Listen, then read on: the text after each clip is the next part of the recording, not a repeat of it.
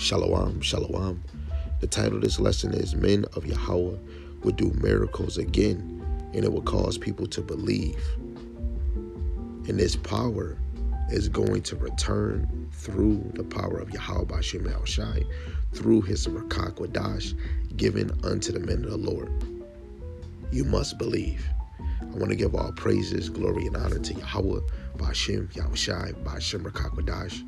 Double honors to the elder apostles and the elders of Great Millstone who rule well and teach well through the Spirit. And a mighty shalom to the hopeful elect scattered four corners of the earth. Same Spirit, Lord willing, as a whole, that they continue in sound doctrine. Shalom to the Akwaf, the believers in his faith and his truth. Lord willing, you continue to pursue your lot, which is being a loving and silent and virtuous wife. And Lord willing, this is edifying to the sheep. So let's get into it. This is Micah chapter 5. Verse 7 to 8.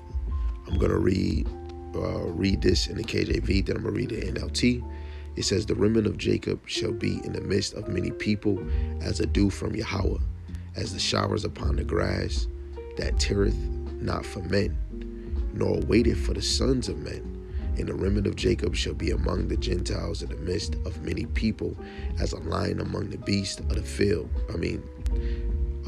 A lion among the beasts of the forest, as a young lion among the flocks of sheep, who, if he go through, both treadeth down and treadeth in pieces, and none can deliver.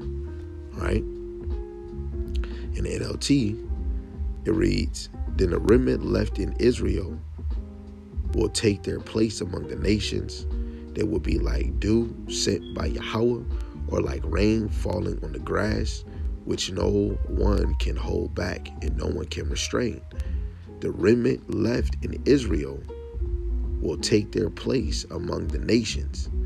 They will be like a lion among animals of the forest, like a strong young lion among flocks of sheep and goats, pouncing and tearing as they go, with no rescuer in sight. The people of Israel will stand up to their foes, and all their enemies will be wiped out. Right? Yo, and this is why when it says we are the Lord's battle axe, right? We are the Lord's weapon of war, right? When Yahawashi come, even before we're going to do spiritual things, like Yahawashi said, greater works than I we're going to do. But even when Yahawashi come, he's going to change the men of the Lord from, that veil body to his glorious body, right? Let me go to this one. Isaiah chapter 40 and verse 29.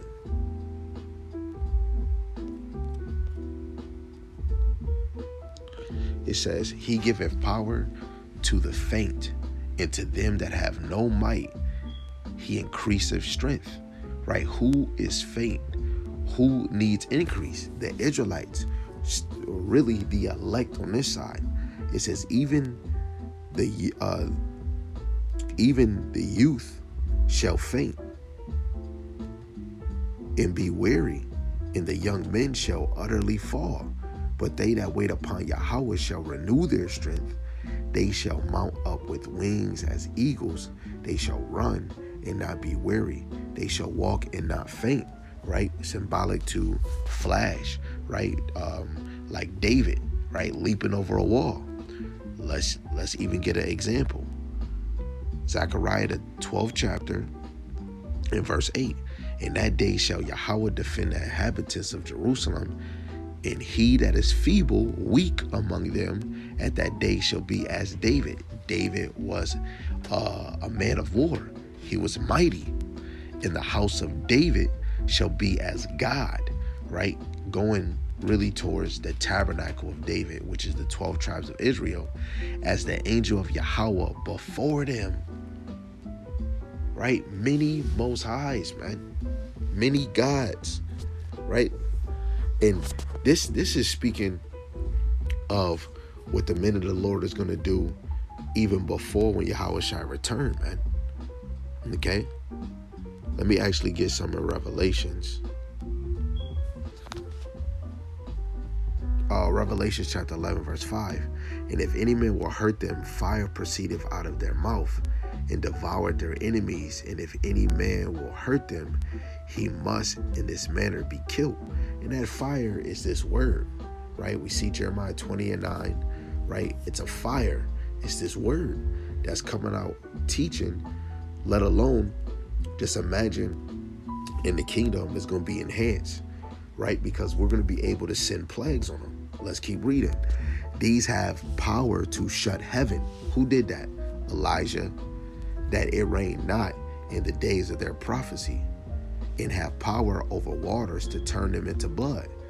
Moses, to smite the earth with all plagues as often as they will, right? By the word of mouth, we're going to be sending plagues on these freaking heathens, man. You know? But this is why we, you want to strive for the kingdom, man. The elect men is already set to get this. But these is the lessons we bring out to give Jake more faith, but to let you know, like, what this is, what you signed up for. It's not about us just having a good time. This is about us exalting, glorifying Yahawah Wa Yahawashi, and obeying his word, right? So again, where it says send plagues, I just want to get, a kingdom precept just to show. Where we going? Zechariah 14, verse 16. It says, and it shall come to pass that everyone that is left of all the nations which came against Jerusalem shall even go up from year to year to worship the King and Yahawah of hosts, and to keep the Feast of Tabernacle. And it shall be that whoso will not come up of all the families of the earth unto Jerusalem to worship the King, Yahawah of hosts, even upon them shall be no rain. This is going to be a plague, right? We're going to send a drought where they can't eat no food. Fruit is not growing, right? It's going to be a famine, just like what happened with Moses did with the 10 plagues in Egypt, right? It says, and if the family of Egypt go not up and come not, that have no rain, there shall be the plague. We just read Revelations, the 11th chapter, verse 6. Therewith Yahweh will smite the heathen that come not up to keep the Feast of Tabernacle, right? And who's going to be ruling on the earth, right? Let's just go to that real quick. Psalms 110. Because when you start seeing the spiritual powers of the men of the Lord, like each day, each week, we're getting closer to Yahawashi coming. When Yahawashi is establishing his kingdom, it's over for these nations, man. Right? Psalms 110, verse 1. Yahweh said unto my Lord, sit thou at my right hand until I make thy enemies thy footstool. Yahweh shall send the rod of thy strength out of Zion. Rule thou in the midst of thy enemies. And let me just get this. When you go to Romans, the 8th chapter, because if Yahawashi ruling, they're going to be his footstool. Let's go down here. When you look at verse 16, it says, the Spirit itself bear witness with our spirit that we are the children of the Most High. And if children, then heirs, heirs of the Most High, and joint heirs with Hamashiach. If so be that we suffer with him, that we may be also glorified together. Right? Yeah, Yahawah Wa Yahawashi is allowing us to have benefit in his kingdom, right? Joint heirs. Yahawashi gonna rule them. Guess what? Yahawashi gonna have powers, a glorified body. We're gonna get that.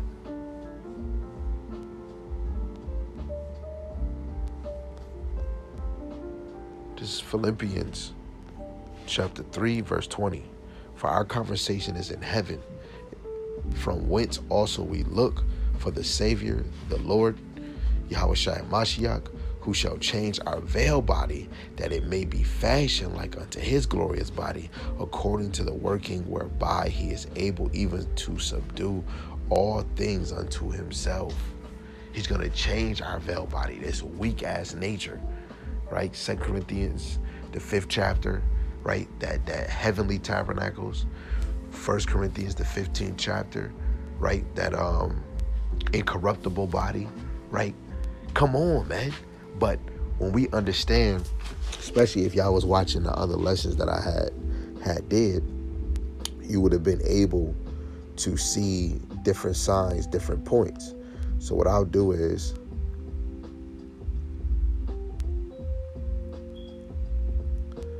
I'll read one of them. Let's go to the book of Acts. Let's get 19. This is Acts 19, starting at verse 11.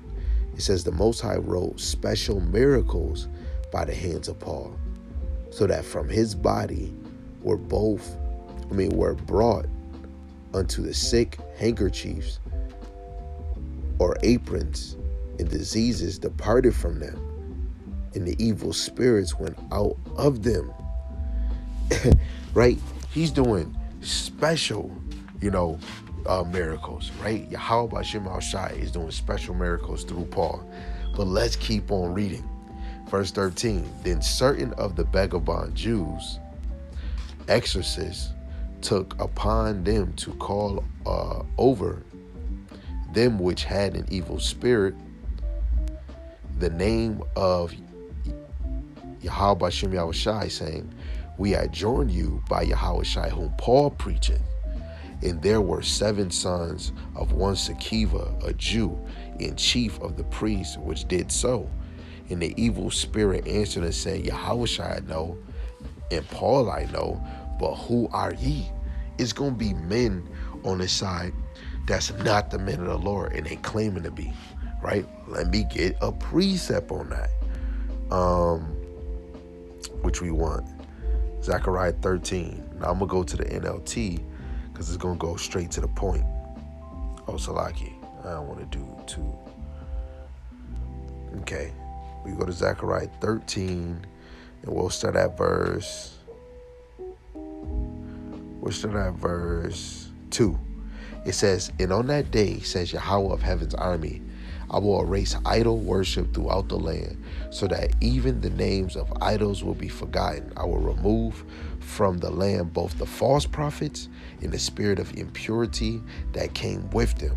If anyone continues to prophesy, his own father and mother will tell him, you must die, for you have prophesied lies in the name of Yahawah. Basically, they misused, they used the Lord's name in vain. And as his prophecies, his own father and mother will stab him. On that day, people will be ashamed to claim the prophetic gift. No one will pretend to be a prophet by wearing prophet clothes. He will say, I'm no prophet. I'm a farmer. I began working for a farmer as a boy.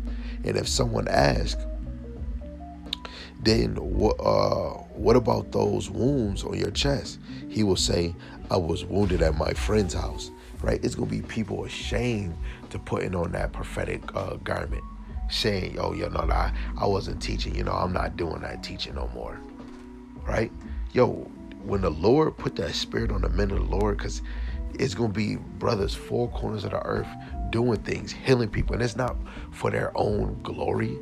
It's all about glorifying Yahawah by Yahawashi, right? Let me go to this one. Romans, the 15th chapter.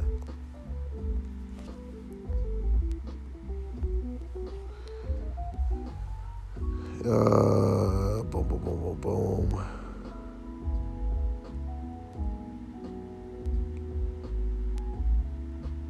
I think I'm going to start. I'll start at verse 15. The point is 18 and 19. It says, nevertheless, brethren, I have written the more boldly unto you in some sort, as putting you in mind, because of the grace that is given to me of the Most High, that I should be the minister of Yahawashi and Mashiach to the Gentiles, ministering the gospel of the Most High, that the offering up of the Gentiles might be acceptable, being sanctified by the Rakakwadash. I have therefore whereof I make glory through Yahawah and Mashiach in those things which pertain to the Most High.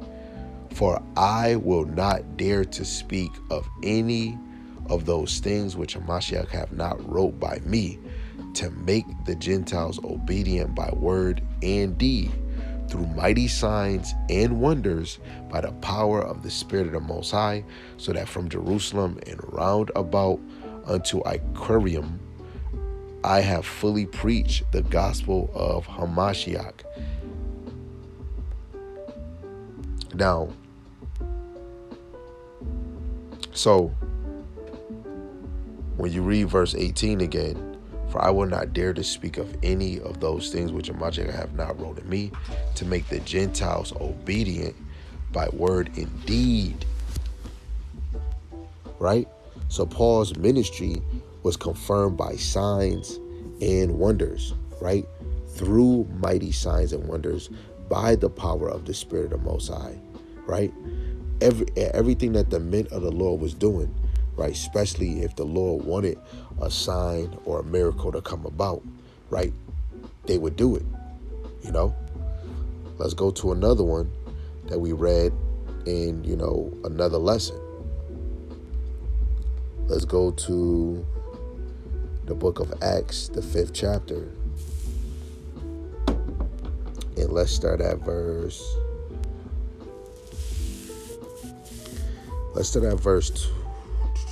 12. It says, by the hands of the apostles were many signs and wonders wrought among the people, and they were all with one accord in Solomon's porch. And of the rest durst no man join himself to them, but the people magnified them. And believers were the more added to Yahawah Wa Yahawashi, multitudes both of men and women, in so much that they brought forth the sick into the streets and laid them on beds and couches, that at the least the shadow of Peter passing by might overshadow some of them. There came also a multitude out of the cities round about into Jerusalem, bringing sick folks, in them which were vexed with unclean spirits, and they were healed every one. Right? It was a multitude, right? Many people got added on to Yahawah Wa Yahawashi, and it was by them seeing miracles, right? So yes, some of us is getting in here by hearing the word. Some brothers and sisters might not be able to. You got some that gotta probably be laying on beds, some probably in hospitals, right? Some people probably got death problems, Some people probably not connected with the world. Everybody is not on social media. You still got some people that probably got an old soul. Some people that probably never had a chance to physically come across the men of the Lord, right? But in that day, right, it's going to be a lot of humbling. People are going to see miracles, and they're going to cleave to this truth, right? And they're going to believe in Yahawah Wa Yahawashi. So faith prepares us to stand with those men. If faith is the engine of miracles, unbelief is the enemy of spiritual powers, right? And this is why when you see like Paul, we wrestle not against blood and flesh. It's a battle on the left-hand side and the right-hand side, right? So this is Matthew, the 17th chapter. The point is 19 and 20, but I'll start at 14. It says, and when they were come to the multitude, there came to him a certain man, kneeling down to him and saying, Lord, have mercy on my son, for he is a lunatic and sore vexed. For oft times he falleth into the fire, and oft into the water. And I brought him to thy disciples, and they could not cure him. Then Yahawashi answered and said, O faithless and perverse generation, how long shall I be with you? How long shall I suffer you? Bring him hither to me. And Yahawashi rebuked the devil, and he departed out of him, and the child was cured from that very hour. Then came the disciples to Yahawashi apart and said, why could not we cast him out? Yahawashi said unto them, because of your unbelief. For verily I say unto you, if ye have faith as a grain of mustard seed, ye shall say unto this mountain, remove hence to yonder place, and it shall remove. Nothing shall be impossible unto you. Howbeit, this kind goeth not out but by prayer and fasting. These are other attributes to unlock those abilities too. Prayer and fasting. Prayer and fasting. Yes, some of us might be slacking. Hey, but don't lose yourself in the moment, because Yahawah said, because of unbelief. You have to sharpen your belief, right? When you look at Revelations 14 and 12 in the NLT, maintain your faith in Yahawah. Maintain your faith in Yahawah. But really, it all just goes off, do whatever you can, do the most to increase your faith in Yahawah Yahawashi. Let's go to James chapter 1, and let's read 6 and 7. It says, let him ask in faith. Let me start at verse 5. It says, if any man lack wisdom, let him ask of the Most High, that giveth to all men liberally, freely, and upbraideth not, it shall be given him. But let him ask in faith, nothing wavering. For he that wavereth is like a wave of the sea, driven with the wind and tossed, basically tossed to and fro, right? You got to, when you asking Yahawah Shai, you're asking in faith. For let not that man think he shall receive anything of Yahawah Shai. A double-minded man is unstable in all his ways. You believe and you don't believe. Oh, I believe, but I think I'll believe more if I see a miracle. You don't want no doubt.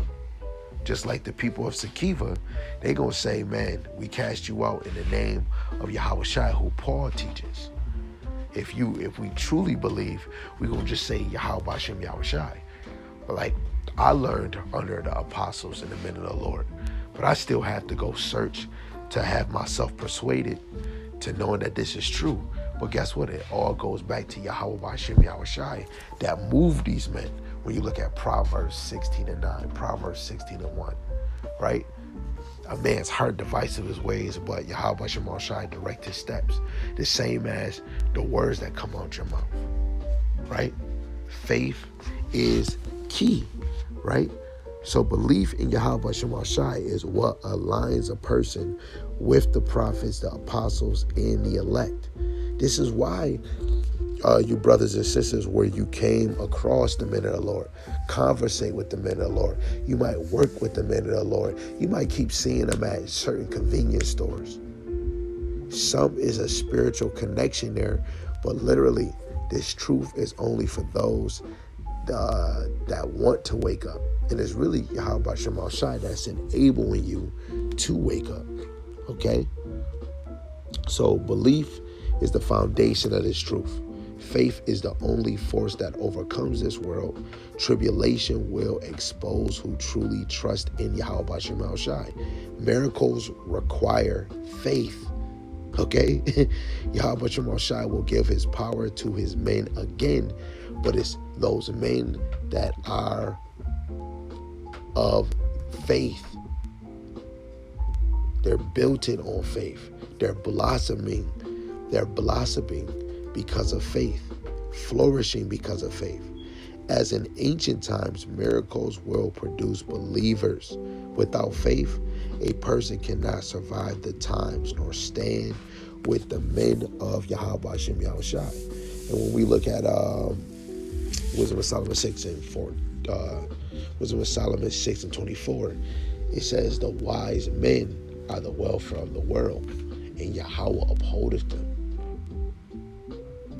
So I yield. Lord, when this is edifying, straight to the point. Again, the title of this lesson is Men of Yahawah Yahawashi will do miracles again, and it will cause people to believe. I want to give all praises, glory, and honor to Yahawah Yahawashi, Ba'ashem Rakakwadash. The honors to the elder apostles and the elders of Great Millstone who rule well and teach well through the Spirit. And the mighty shalom to the hopeful elect and the same spirit, Lord willing, that you all continue in sound doctrine. Shalom to the Aquaf, the sisters of this faith and this truth. Lord willing, you continue to pursue your lot, which is being a loving and silent, virtuous wife. With that, shalom, shalom, abba, abba.